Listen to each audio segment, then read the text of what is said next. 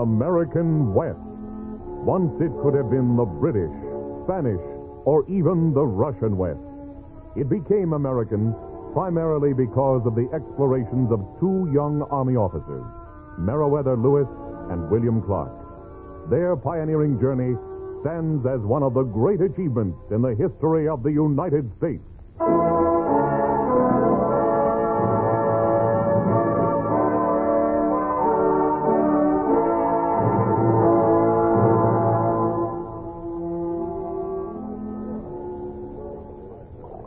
Sergeant Pryor, look. Boats are coming down the river. It's Captain Lewis. Captain Clark! Captain Clark! I see the big white boat, but where is the big red one? They found it in bad shape and left it behind, I guess. What is it, Pryor? Look upriver, sir. It's Captain Lewis. Mighty fine sight, isn't it? Sure is, sir. High time after us waiting so long. Let's give them a salute. Yes, sir. Attention! Get your rifles. Load up fast. Come on, you men. Make it fast now. Fire when ready.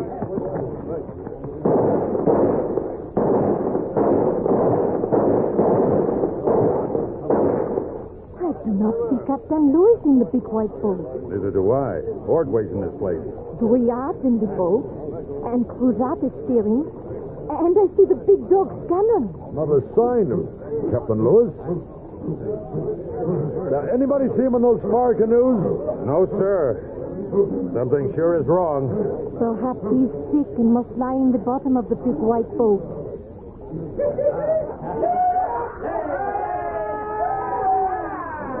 Captain, I don't think he's with them at all. We'll find out in a few minutes.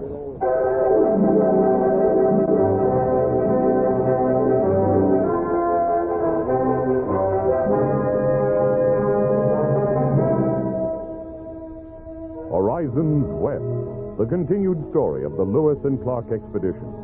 Now with Harry Bartell as Meriwether Lewis and John Anderson as William Clark, listen to the concluding chapter, Down the Missouri to St. Louis.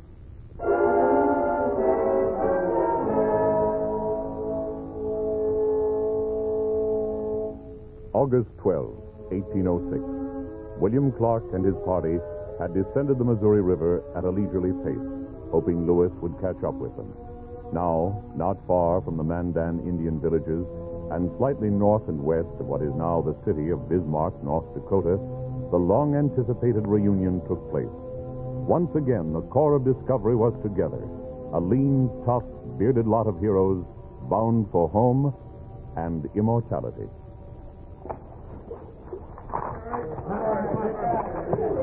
The thought that Meriwether Lewis might be dead had crossed my mind. Instantly, I rejected it as I hurried toward the boat. It couldn't happen, I told myself, with the hardest and most dangerous part of our journey completed. But the ugly thought persisted. Certainly, Meriwether Lewis was nowhere to be seen as Ordway and Gass brought the boats in. Sergeant Gass, where's Captain Lewis? Here, sir. Lying on the bottom of the boat. Here, Billy. You'll have to come to me. I'm too stiff to move. Meriwether, what happened? Fight with the Blackfeet? We had one, but I got this yesterday. Cruzat and I were hunting. He mistook me for an elk. He shot you? Accidentally, but it's not serious. I dressed the wound this morning, sir. Just the same, I'd better have a look. All right, you men. Why are you standing around? Captain Lewis had himself an accident, but he's going to be up and around in a few days. So let's get busy. Unload those boats. Come on, unload them. I removed the bandages, exposing an ugly but fortunately superficial wound, provided we kept it clean and away from infection. The pain of removing bandages was considerable for Meriwether. He clenched his teeth against it. Then he tried to make light of it. Tell me, Billy, do I look anything like an elk? Some, maybe, between the eyes. Oh. With a grimace instead of a smile on his face, he slipped into unconsciousness. I went ahead with the cleaning and dressing of the wound, and soon Meriwether regained consciousness. Oh, feels better, I guess. Billy, I think the worst is over for us all. We're less than 2,000 miles from home and every mile downriver. A couple of days ago, we met a pair of trappers named Dixon and Hancock. Teton Sioux had robbed them blind. I gave them rifles and ammunition. Well, we met them, too, right after my accident. They asked about the country upriver. They told me the Arikara and the Sioux didn't keep the peace. Hancock thinks the Sioux burned Fort Mandan. Looks like we'll have some tall talking to do. Those people have got to stop fighting each other. What's that? Gas! Gas, what is it? Hancock and Dixon. They're going to join up with us by the look of it.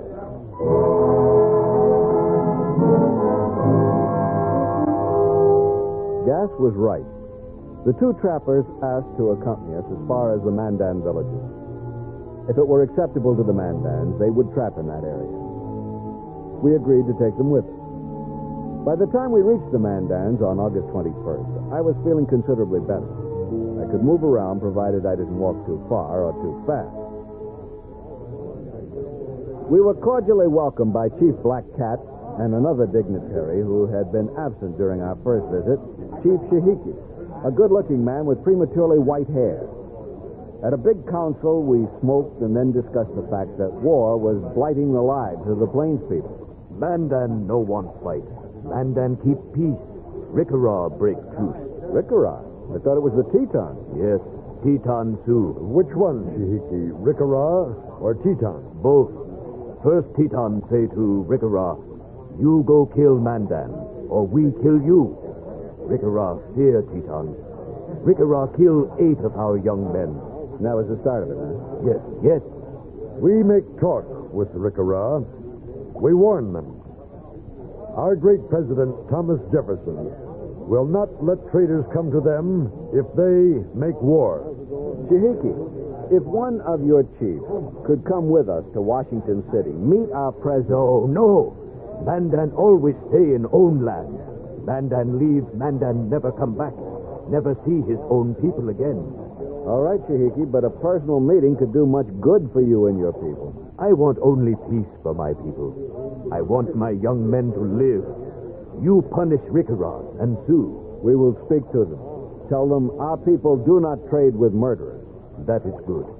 We speak more later. Now is time for feasting. After the feast, Billy went through the village to make sure our men weren't too diligent in renewing old friendships with the Mandans, who were very fond of them. In front of a campfire, my partially healed side turned toward the warmth of it. I spoke with Sacagawea and Charbonneau, telling them of something Billy had in mind, among others. You say Shihiki fears to see the president? That's right. You wish him to go, Captain?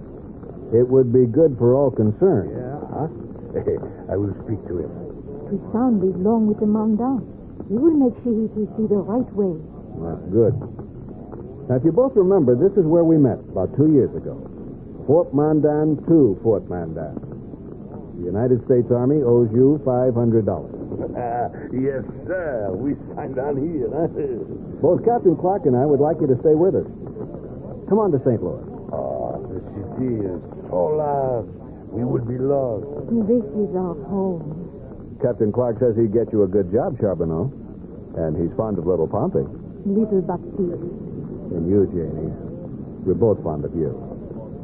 Captain Clark would like to give Baptiste an education. All the way through college. What do you think, Tristan? I do not know. It's a difficult question to answer. I can tell you one thing. The future won't be bad for you. But it could be for Baptiste. How do you mean, bad for Baptiste? He's half Indian. Or all Indian if he stays here. White men are coming west. Nothing in this world can stop. They will take from the Indians lands, goods, everything. Yeah, but then what was all the talk you and Captain Clark made to the Western tribes? The talk of trade, talk of peace. And what kind of talk was it? Hope, Charbonneau. Hope that some of the people who come out here can control the others. Hope that they'll act right because they're proud of their country and our president. I see. There is always the good, the bad. And sometimes the bad wins. Sometimes it happens as it did to the Indians east of the Mississippi. young Baptiste will face that. He'll have a chance to fight it if he's an educated man. He is yet a baby. 19 months. You wish him educated, Toussaint? I wish him to be as Captain Louis says. Then we will bring him to St. Louis when he's old enough. Good. Captain Clark will be happy to know that. You know, he loves Pompey as his own. With learning, Baptiste could help his people in the days ahead.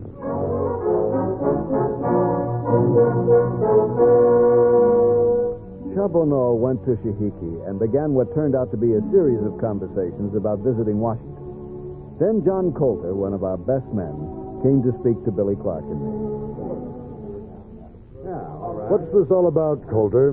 Well, sir, if it's all the same to you and Captain Lewis, I'd like to be discharged from the Army right here. What? Say that again. I'd like to be discharged here, sir. Why? You signed on St. Louis to St. Louis.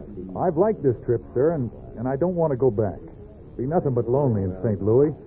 Them trappers, Hancock and Dixon, they say the three of us can make a fortune fur trapping. Well, I'd like to try. What kind of deal, Johnny? Are you a hired hand or a partner? I get a third share, sir. You make sure of that. Yes, sir. And I can be paid off here, No, sir? I didn't say that. There could be trouble, Johnny. I don't see why. Well, suppose we pay you off. Suppose somebody else wants off down the river a piece. And somebody else. We'll have to let him go because we let you. Captain Lewis and I end up with not enough men to row the boats into St. Louis. You got a point there, Johnny. Yes, sir. I was just asking, that's all. I'll tell you what we'll do. If you approve, Meriwether, we'll put it to the men. Good idea. Gas. Sergeant Gas, assemble the men. Yes, sir. All right, you men. Captains want to talk to you. Within a few minutes, all the corps had gathered about. Most of them were grave as if they were expecting some sort of crisis. All right, settle down, man. Let's have it quiet. First, no big problem has come up, so you can relax. Now, you probably heard Charbonneau and Sacagawea are leaving us here, where they signed on. That's regular. Now, Johnny Coulter wants a favor.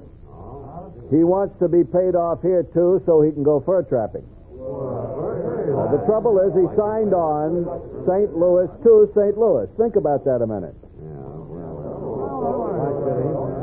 Captain Lewis and I are inclined to let Johnny have his wish, provided nobody else asks to be discharged short of St. Louis. We can't go home without a reasonable complement of men. Is that clear? Yeah. All right, now we want you to decide. Does Johnny say goodbye here or not? Well, for one, I want to go home, and St. Louis is home. Let's put it to a vote.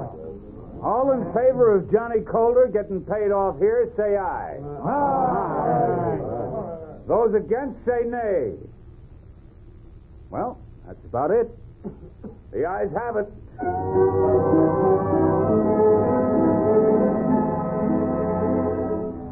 We paid off Coulter and let him go. Thus, he'd make a fortune in fur trapping.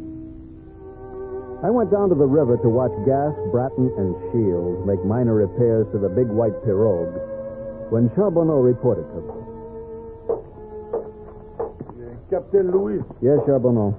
Chief Shihiki says he will make the trip to Washington City. Great news. Great. How did you do it? I convinced him it was his duty to his people. I said Monsieur Jefferson would always give preference to people he had met and liked. Well, I don't know about that last. It doesn't matter, Captain. The point is, leave soon before he changes his mind. He's torn between duty to his people and going against his religion. The great spirit of the Mandans condemns people who forsake the land of their birth. Then we'll leave tomorrow. I want you to know that you've been a great help, and we appreciate it. Billy Clark and I spoke to Shihiki that evening, praising him for his wise decision, stressing that now his people would have personal contact with our great president.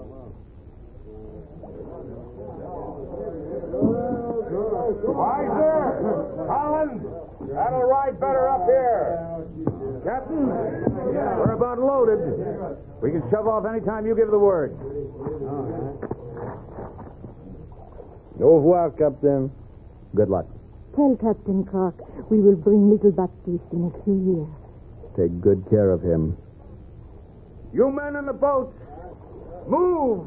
All right, move The boat is ready for you, Shihiki. Yes, Captain. We go. Ready, Billy? Ready to cast off. On to St. Louis, Cruzat. Steer me home.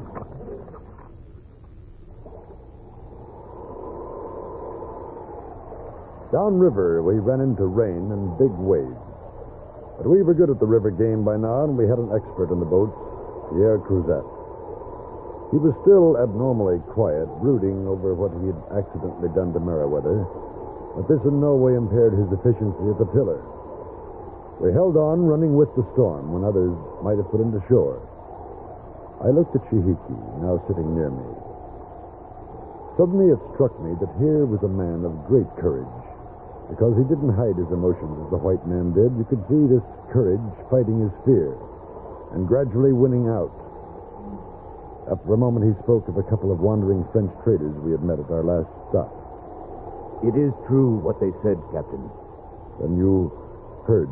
Yes. A Rikara chief went 2 years ago to Washington City with Dorian and the Yanktons. He died. It's true. But he died of natural causes. You will tell the Rikaras? I don't know yet. They will blame the white man. Do you? No. All men must die. Inevitably, we reached the Rikara villages and were welcomed with a flattering friendliness. We spoke firmly to them about keeping the peace, and they assured us that they were not warlike. Whoever said they were was making medicine against them. Then we moved on downriver. They didn't know about their chief dying. I felt it was best not to say anything. You were right. They won't keep the peace. Not so long as they're content to echo the policies of the Teton Sioux. I say treat the Tetons rough. Show disapproval. Let them know there'll be no more trading till they straighten out. The following day, we continued our trip through the country of the Teton Sioux. From cliffs along the river, warriors made threatening gestures and screamed insults. But significantly, not a one notched an arrow or pulled the trigger. Our triumph came as we were leaving their country. One of their chiefs, Black Buffalo, rushed to the edge of the river, rifle in hand. Captain, look at him. Ignore him, Gas. He's putting his rifle to the ground. Once, twice, 3 times. That's the no war plate. I know what's going on in his mind. He's afraid we'll warn traders away. On the 2nd of September, not far beyond the mouth of the Vermilion River, we saw a camp on the riverbank. There were a number of men, 2 large boats, and a hospitable fire. We laid into shore and were welcomed by a personable Scotch trader named James Aird and a well-equipped party heading upstream to trade with the Sioux, of all people. I can hardly believe it. Oh, Captain Lewis, Captain Clark, a healthy group of men. But you're all supposed to be dead. Everybody east of St. Louis says so. Well, looks like they're due for a surprise. Sandy, see that every man among our guests gets his fill of food. But sit down here, my friend. I'm sorry I've got no whiskey to offer. Well, we won't miss it, Mr. Aird. We ran out of it over a year ago. Not too bad, because it isn't every day that a man can drink to return from the dead. Well, let me say, I'm delighted you're here. If I had a glass in my hand, I'd drink to a prosperous trip for you. Hey, we're going upriver to trade with the Sioux. The Yanktons, yes, but keep away from the Tetons if you want to stay alive. Was that bad? Afraid so. Mr. Aird, we've been away for almost 2.5 years. What's going on at home? Hey, well, let me see. Aaron Burr killed Alexander Hamilton in the duel. Killed? Hey, that's right. I'm not surprised. They hated each other. There ought to be a law against men in the public eye dueling. It's such a bad example for the people. A year ago, Zebulon Pike took an expedition to the headwaters of the Mississippi. Good old Zeb. Hey, and there was an impeachment. Not President Jefferson. Oh, no. Associate Justice Chase of the Supreme Court. He was acquitted. Relations are strained with England. They were when we left. Anyhow, a British ship fired an American frigate off Sandy Hook. Killed one of our sailors. What ship? His Majesty's ship Leander and United States ship Richard. Generally speaking, people are pleased with Jefferson. Experts say the Federalist Party will never come back. And since General Wilkinson's been in charge at New Orleans, there's talk flying around about war with Spain. Well, now let's hear about your trip. Well, we made it all the way to the Pacific.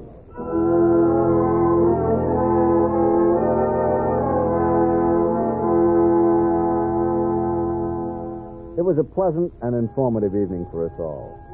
We slept much later than our customary dawn awakening, and we didn't make our farewells and push out into the river until mid-morning. Several days later, we came to that place of melancholy memory, the height overlooking the river where we had buried Sergeant Charles Floyd. We left the boats and gathered about the grave. 1804. Over 2 years ago. At the time, I thought he was only the first. Yes. Who'd have ever guessed he would be the only one we'd lose? I figured he was lucky that some of us would die violently. He was a good man. A good sergeant. At least he's lying in a peaceful spot. Let's go.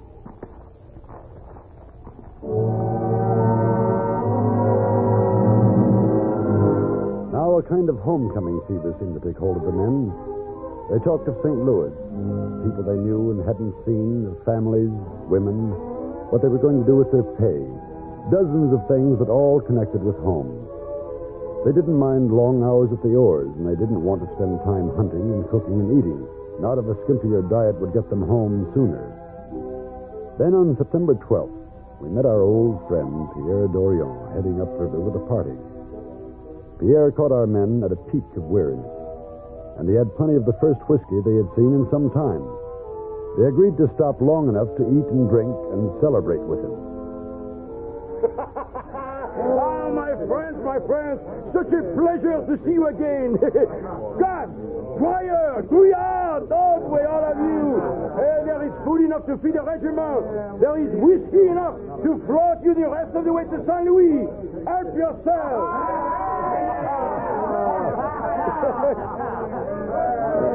Pierre, you're looking fine. Thank you. Nice for sore eyes. And I've got him from this eastern sun on the water. Oh, the monster, he remembers me. Oh, Cannon, old boy, you made it, huh? You stayed out of the Indian cookpot, huh? Remember 2 years ago, you took the Arikara and the Yankton back to Washington. Oui, and now I am on another errand for Monsieur Jefferson. I have a load of muskets for the Arikara to help say that we are all sorry that their chief died in Washington. I am a pacifier. Mighty sad the chief had to die. I hope our man Shihiki has better luck. Well, where is he? A little distant tonight. He wanted to make his bed in our white pirogue. It sounds funny. The rest of my little errand... President Jefferson wanted reliable reports on how you died. Like Ed said, everybody thinks we're dead. Well, I never did, no. Not the little brother of George Rogers Clark. I don't think we were dead. Well, who knows? Except the frontier experts call it a suicide mission. Anyhow, there were two rumors. First, the Blackfeet killed you all. Not so far wrong. We did have a little set to. And second, the Spanish capture you and send you into slavery in the Mexican silver mine. You hear that, Pierre? We'll have a drink on that. Well, of course. But why? A month ago, Cruzat put a bullet in me by accident while we were hunting. Oh. He brooded over it. This is the first time he's touched that fiddle since it happened. Cruzat, he'll do. Let's drink to that.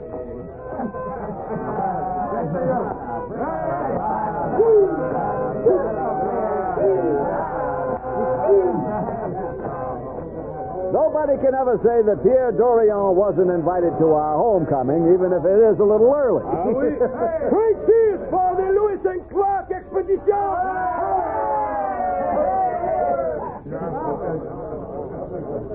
Joy was the only word to describe our feelings. As Dorion had said, essentially we had been a suicide mission in the beginning. But we'd made a success of it, as all of those who marked us dead would soon find out. And each of us felt a pardonable pride in himself and the other. 2 weeks later, we approached the pretty little village of St. Charles. And a few miles beyond, we could see the outskirts of St. Louis. Look at it. Look at it. It sure is pretty. Men, I don't want to make any speeches. I just want to say that in a few days, we'll be individuals going about our individual activities. Right now, and for a little while longer, we're the Lewis and Clark Corps of Discovery. We did something together that nobody ever did before. And I'm proud of you all. Now let's load up our rifles and the swivel guns. We're going to fire a salute that'll open every door in town and bring everybody running down to the river. Everybody ready, Gas? Ready, sir. Ready? Fire!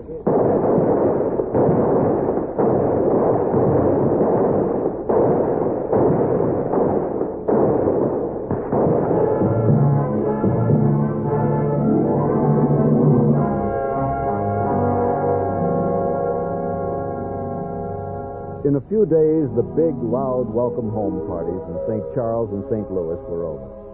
The men were paid off. As Billy predicted, they began to go about their private activities, but never again in anonymity. Always, each man would recall the time we'd been together, united in common cause and common endeavor.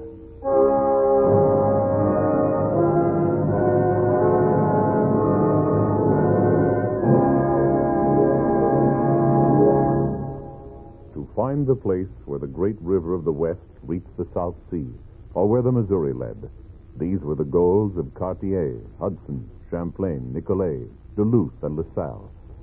But it remained for Lewis and Clark to cross the American continent to the waters of the Pacific. In their westerly journey, they filled out the map, substituting knowledge for dreams. They brought home the first authentic anthropological, botanical, and biological reports about this fabulous land. They met with the Indians with intelligence, respect, and humanity. Today, 10 stars on our flag represent the states their extensive trail crossed. Because of them, the West is American. As the historian John Bakeless puts it, today, white, red, half-breed, and Negro, they lie under the flag with the new stars they added, scattered over the land they served, the land they explored. Lewis, under his broken column in Tennessee, still solitary in the wild woods he loved. Clark, on the knoll at Bellefontaine. Charbonneau, God knows where, on the lonely prairie. And Sacagawea and her child, still among the tribes.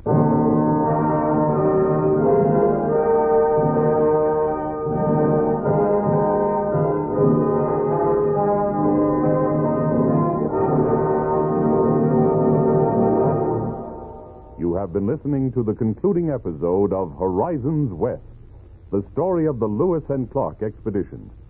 Down the Missouri to St. Louis starred Harry Bartell as Meriwether Lewis and John Anderson as William Clark. Featured in the cast were Sebastian Cabot, Helen Gerald, Bill Quinn, Jack Crucian, Frank Gerstle, Gary Collins, Richard Peel, and Don Messick. Our story was written by Carley and William Tunberg and directed by William Lally. Sound patterns by Gene Twombly. Michael Rye speaking. This is the United States Armed Forces Radio and Television Service.